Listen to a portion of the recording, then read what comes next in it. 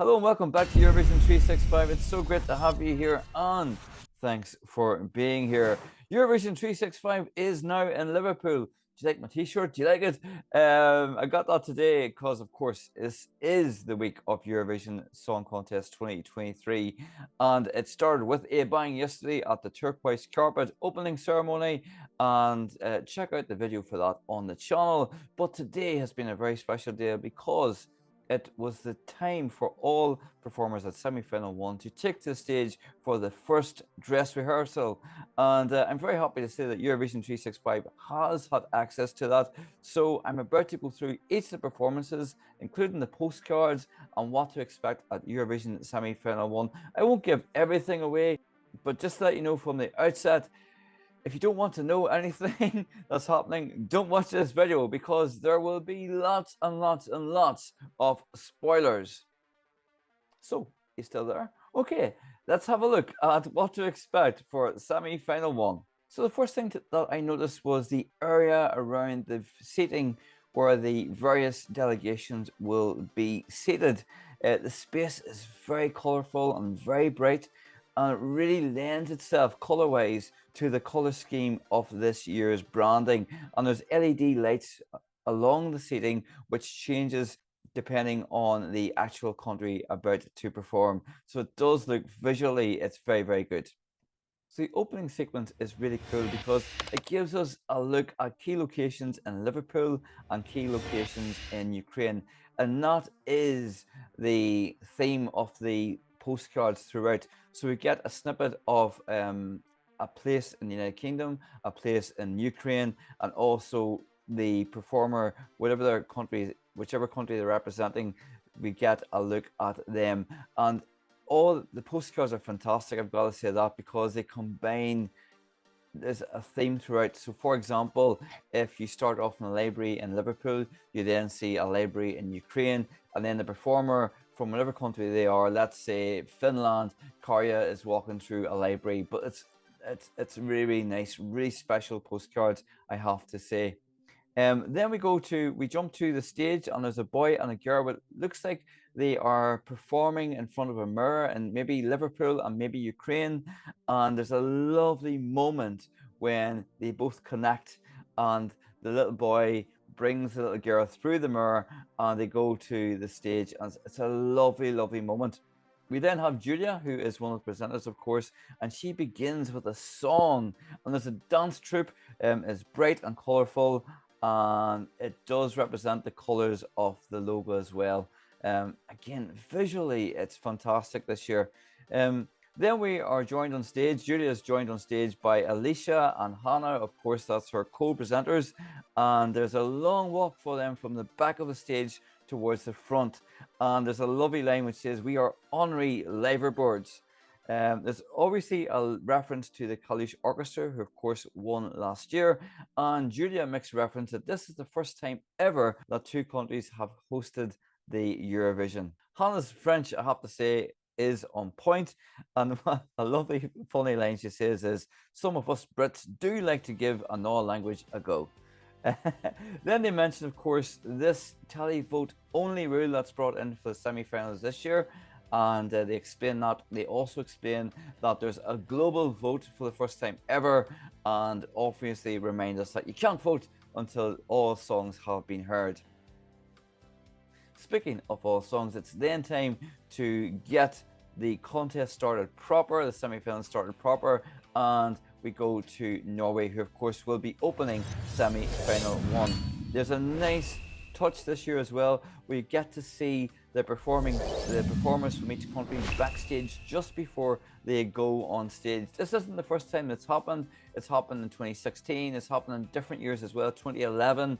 But it's a lovely touch because you get a sense of what's happening backstage. I have to say that Alessandra did look a little bit nervous before she went on for her dress rehearsal.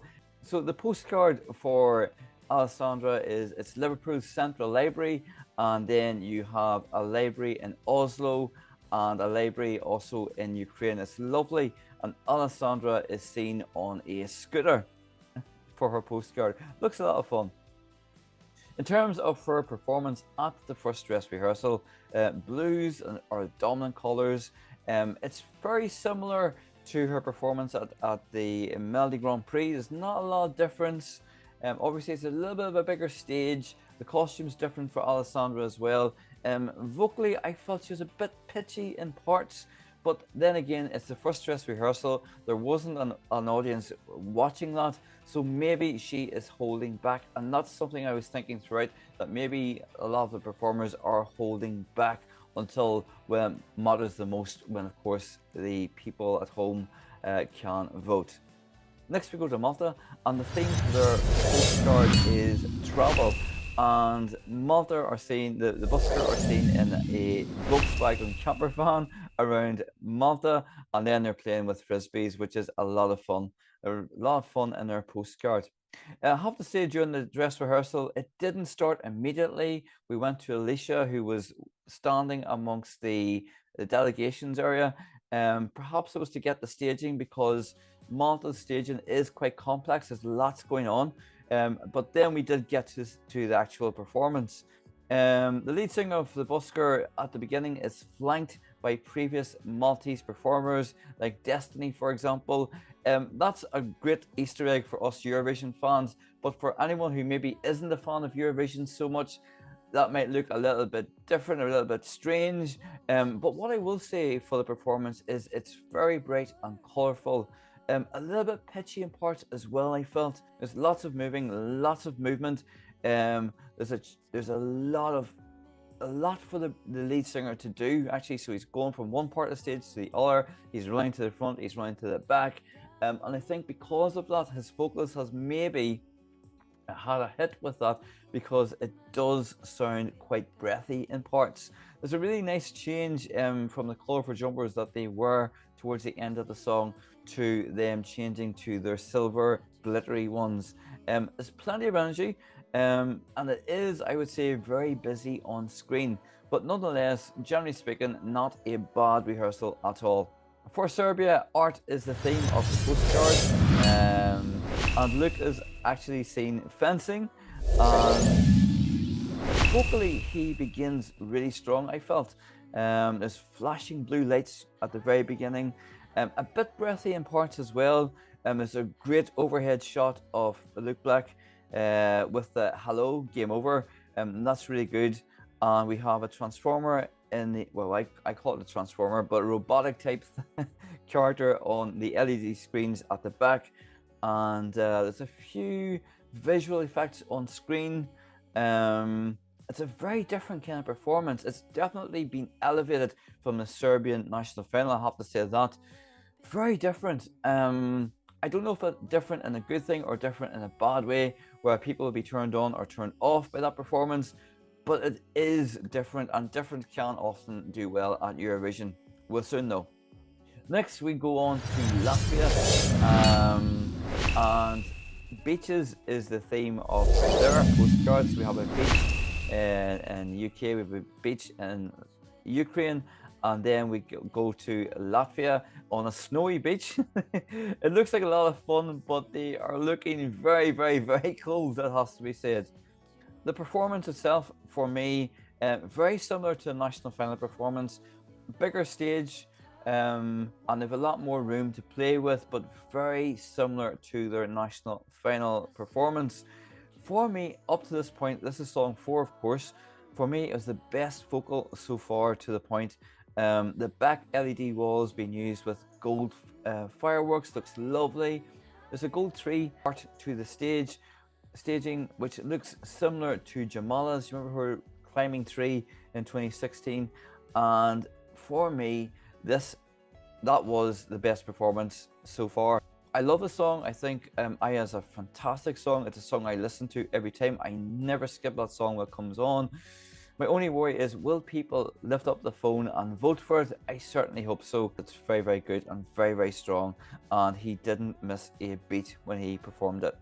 Then we have a commercial break, and after that we return to Alicia, and she explains again about the rest of the world vote, and also they mention they're incredibly proud to host on behalf of Ukraine.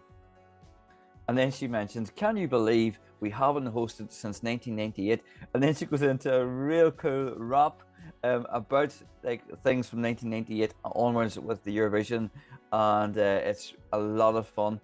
She had, bless her, Alicia had to do a lot of takes of that, because she couldn't quite hear the music in her earpiece, and that was very, very fun. That would be a good one to watch out for. Then we go to Hannah, who's outside the iconic red phone box, and she says it's too soon to vote. She speaks to a former Eurovision winner. I'm not going to say which one. You're going to have to watch for that, but it's a fun moment there. And then we go on to Mimicat for Portugal. And Cathedrals is the theme for the postcard. And Mimicat is seen shopping in an outdoor market in Portugal. I have to say, just in the shot before she went on stage, the backstage moment, she looked rather nervous before she went on stage. But when she got on stage, we have come to expect Mimicat in olive red, and she is all in red. Her backing dancers, her backing singers are the same. I would say the staging, the dancing has been elevated since the national final. But what I would say, what I did take note of, is it feels like everything is resting on Mimicat. So I just wonder, will the pressure be a lot on her? Will it be too much for her? I hope not. Vocally, she's not bad at all. She has a great high note at the end. So I wish Mimicat the best of luck for semi-final 1. And then we move to Ireland, and we're looking at Mountain Road on Ukraine, and then we go to the Isle of Wight in UK, and then we go to a place in County Wicklow, and the lads are seen driving around County Wicklow in a lovely red car. Postcard, I have to say, is really good.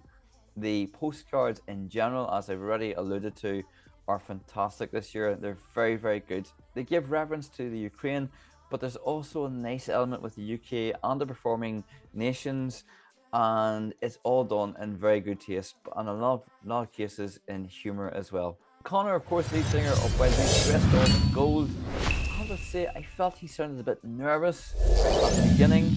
The staging, though, is great. It's bright, it's glittery, it's golden. There's a gold stairwell at the back, which Connor moves down. There's good coverage of the stage, I have to say, by Connor. He makes good use of the vast space that he's given. Vocally, it wasn't great for me. It was a little bit shouty in parts, I felt, but there is pyros being used towards the end. I would give the staging top marks. For Croatia, the postcard, we see River Port in Kiev, and then Whitby Harbour in England, and then port of Rijeka, I'm sorry, and Latvia are seen they're seen fishing, and they then have, bizarrely, a sword fight with the fishing rods. But again, a lot of fun. The graphics of the whole contest are brilliant as well when they introduce each performance.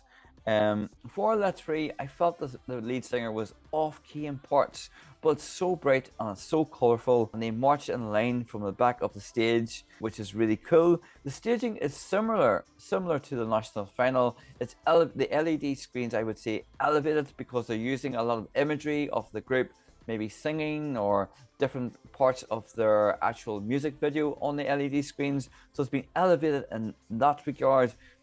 Perhaps the lead singer was holding back slightly, but it's what I would say with Latvia. It is what you expect it to be, pretty much, is what you'll find. Now on to Switzerland, and lakes are the theme of their postcard. For example, we see the Loch Ness, and then Lake Zurich, and Remo. It teased me when I interviewed him about his postcard, and said it was a sporty postcard, and he's actually seen wakeboarding, and it looks like a lot of fun as well. When it comes to the staging, there's shots at the beginning of lots of white being used. There's a lovely water effect being used on the floor of the stage. For me, Remo's vocal is absolutely perfect. He moves around a little bit as well, which is good. He doesn't stay in one place. He moves about quite gracefully as well, I've got to say. There's a lot of reds and whites being used, especially for his big note, and there's a great wide shot towards the end of that as well. For me, It was a perfect vocal, and in fact, for me as well, it was the best vocal for me up until that point. Then we move on to Noah Carell for Israel, and Noah's postcard features her on a desert. Visually, the staging for Noah with the box towards the back of the stage with her in it, it's a bit distorted looking, I have to say. There's a distorted effect, but it is very powerful the way it moves with her in it, and her voice, her vocal is powerful. There's purples, there's pinks. I actually got chills watching it, I have to be honest with you. The backing dancers joining in just complement the song even further. The dance break, again, I got chills with that because of what happens in the LED screens behind her whilst she's doing that dance break. There's a back somersault at the end, and there's pyros, I can confirm. Amazing, it was phenomenal. In terms of the postcards, because we're now going to move on to Moldova, in terms of the postcards, at the end of them is a lovely Insta360 camera being used for each of the postcards at the end as like a lovely global effect with it. I get a sense of like the togetherness with that, like almost like we're united with the country, and I love that. Moving on to Moldova's postcard, and trees and forests are the theme. We see actually Pasha walking in nature, and he's planting a tree as well. Nice staging, like a summer solstice vibe to it. Vocally, Pasha is very good. It is nice. There's like a summery feel to it, like obviously with the solstice, the summer, the sun. Again, nothing much has changed vocally for him. The staging's a little bit enhanced with the two female backing singers with the single horns now connecting their parts. It's good, and I would say solid enough to help Pasha and Moldova get through to the final. There's a break, and there's a reference to the turquoise carpet event which happened on Sunday, and we will see footage from Timur's interviews with some of the performers and maybe those assembled at the turquoise carpet.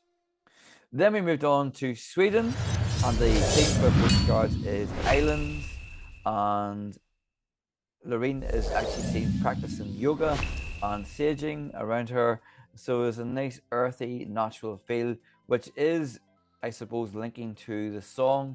The staging itself, obviously, we all know the issues that Sweden have had with their elaborate staging that they had at Melodifestivalen, and the restrictions that were part of the Eurovision 2023 hosting.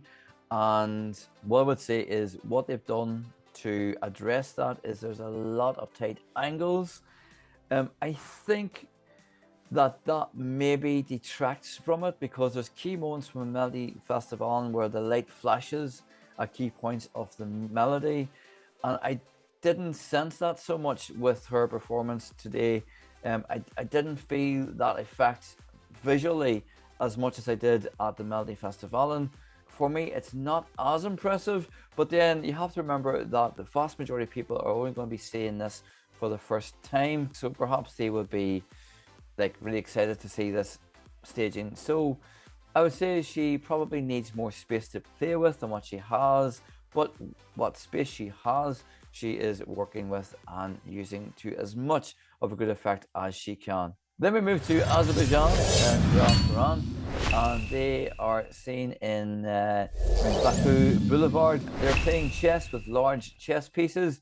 It doesn't show you who won, actually, but that was a really cool postcard as well. There was actually a bit of a delay for them getting started, presumably to remove Lorraine's staging and to set up Tehran staging. This one surprised me, actually, because the staging is really pretty, really cool. There's blacks and whites being used, there's a split screen being used. I love then that they're wearing colourful suits. There's nice harmonies. Their purple, yellow contrast works well. The teal and gold contrast then works well. There's good split screens being used throughout the song. It's very Beatles-esque. That's probably quite deliberate, very intentional, but it is very, very pleasant indeed to watch. Then we go on to song 13, that's Checha, and they're seen in a maze in Checha, and mazes are the theme of this particular postcard. And then we go on to the stage. And what I felt from the performance of the lead singer is quite breathy. The staging though feels quite oppressed to look at, you know, especially the LED screens at the back. That would tie in very well with the lyrics, of course. The rock part, the performer also appears on video on the back screen, a pre-recorded video, which looks very, very well. And then there's a nice part towards the end when all performers are in a circle and there's great camera work, like the steady cam at the end goes right around them. Looks very good. Vocally, not the best, but perhaps again, like maybe all performers are doing, they're maybe holding back because as I said at the beginning, there wasn't an audience in the arena whilst they were performing, so maybe they're holding back somewhat. For the Netherlands postcard, they are seen roller skating, and it looks really cool as well. For the actual performance on stage, Mia and Dion are very, very good. They're dressed all in black, and it's very intimate staging, very intimate camera work being used, lots of steady cam being used with Mia and Dion. It's reminiscent for me to the common linnets. As I said, lots of Steadicam. Vocally, it's not brilliant throughout, but the staging for me is enhancing its chances actually for qualifying. And then we move on to Finland, of course, that's Karja. And his for me was the best, the funniest postcard. He is seen in a Ferris wheel, like a sauna, and it looks like a lot of fun. The beginning of the performance shows Karja inside the pallet, a little bit like his performance at UMK. The pallet is bigger, but when he actually moves down pieces of the pallets throughout the beginning of the performance, but when he does that, there are sound effects used which actually enhance it for me. At the beginning, vocally very strong, I would have felt. There's lots of energy, as you'd expect by now from Karja. Great Steadicam work again. The cha-cha dances are present, but what I felt this time round in comparison to the UMK performance was the cha-cha dances aren't as overpowering as they may have been previously. So you can see them, of course, but they're not as in your face as maybe they were at UMK. Vocally towards the end, I noticed Karja getting very tired vocally, because obviously he's moving about a lot. He runs around the pallets, which is a break from the UMK performance. And I think with all that movement, all that energy that he's using, like anyone, myself included, would be a little bit out of breath by that point, and you could hear that vocally. I don't think that's going to matter too much because it's such a powerful performance and certainly memorable. And then the staging finishes with bright fluorescent greens. And it is a great song to finish off with. I think the producers made a good job at having Karja close the show. So what I would like to do now is, based on the first rehearsals, share with you the 10 countries I think will qualify from the first semi-final. Latvia, Croatia, Switzerland, Israel, Sweden, Serbia, Czechia, Netherlands, Finland, and Moldova. So I think actually Azerbaijan might qualify as well. Which country from the 10 I've chosen could suffer? I'm not sure. Maybe Croatia. So maybe Azerbaijan could qualify over Croatia, or maybe Serbia, or maybe Latvia. But those are the 10 I would say would qualify. Then we go to the presenters again, and then we're told about fun facts of the Eurovision. And did you know that there are 1,000 litres of hairspray being used at this contest, and 5,000 hairpins? There you go. So for the interval act, after all performances have taken place, there's a couple of intervals being used. The first one's really, really pretty. It's really emotional. Actually, it's very, very tastefully done. Duran Duran's track Ordinary World is being used, but through it you see text messages from people fleeing the war in Ukraine. But then as we cut back to Julia and Hannah, you can see that Julia has been emotional watching that, and it is a lovely moment. And then there's an interval act featuring Rebecca Ferguson and Alicia, I think that's right, that's how you say it, from Ukraine. And then we also are treated to a medley of songs performed by Rita Ora, and then there is exclusive of a new song that's coming soon during that medley. Very, very good. Then we look back at the ESC history with Graham Norton chatting over that. He looks back from 2003 onwards, and there's a comparison going on between UK and Ukraine, both stories, which is very, very good. And a really interesting fact is that the UK have placed in the top 23 times, which is an extraordinary record. Alicia then goes up to the commentary booth and chats with Timur, who of course will be commentating for Ukraine. They look back to the moment when Ukraine won last year in Italy and Timur's reaction, which of course is very well known by now. And then we go back to Hannah, who is speaking to a previous performer at the semi-finals. I can't tell you too much because I don't want to ruin the surprise element of that. But what I'm going to say is, do you like Christmas? Remember that one. And then Alicia has a chat with Israel, Finland, and Malta. And there's a lovely dance segment throughout that. So Alicia gets taught key elements from each performance dance routine, and they then all do it together. It's a lot of fun. And again, that's why I'm saying there's a lot of fun in this particular contest. Then we have the 3 countries who will be voting in this semi-final from the Big Five, plus Ukraine, of course, and that is France, Germany, and Italy. And we get a snippet of their songs, their performances. Following that, we then have a chat with them. Alicia has a short chat with all 3 performers, Lazara, Lord of the Lost, and Marco, and that's a great moment. And before then, we get to the qualifiers from the semi-final. So, as you may know, there has been rumours afloat that when it comes to the announcement of which 10 countries have progressed to the final, that all performers will be taken to the stage for that announcement. And there's a lot of mixed emotion around that, around the fan community. I have my own views on that.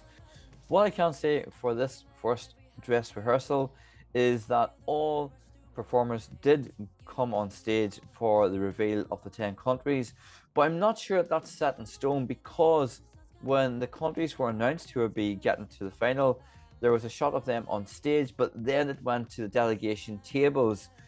So I'm not sure if they're still toying with the idea of what to do with that. So it could be both. It could be the performer on stage on the delegation table. It could just be the performers on stage, or it could be a mixture of both. So I'm not sure.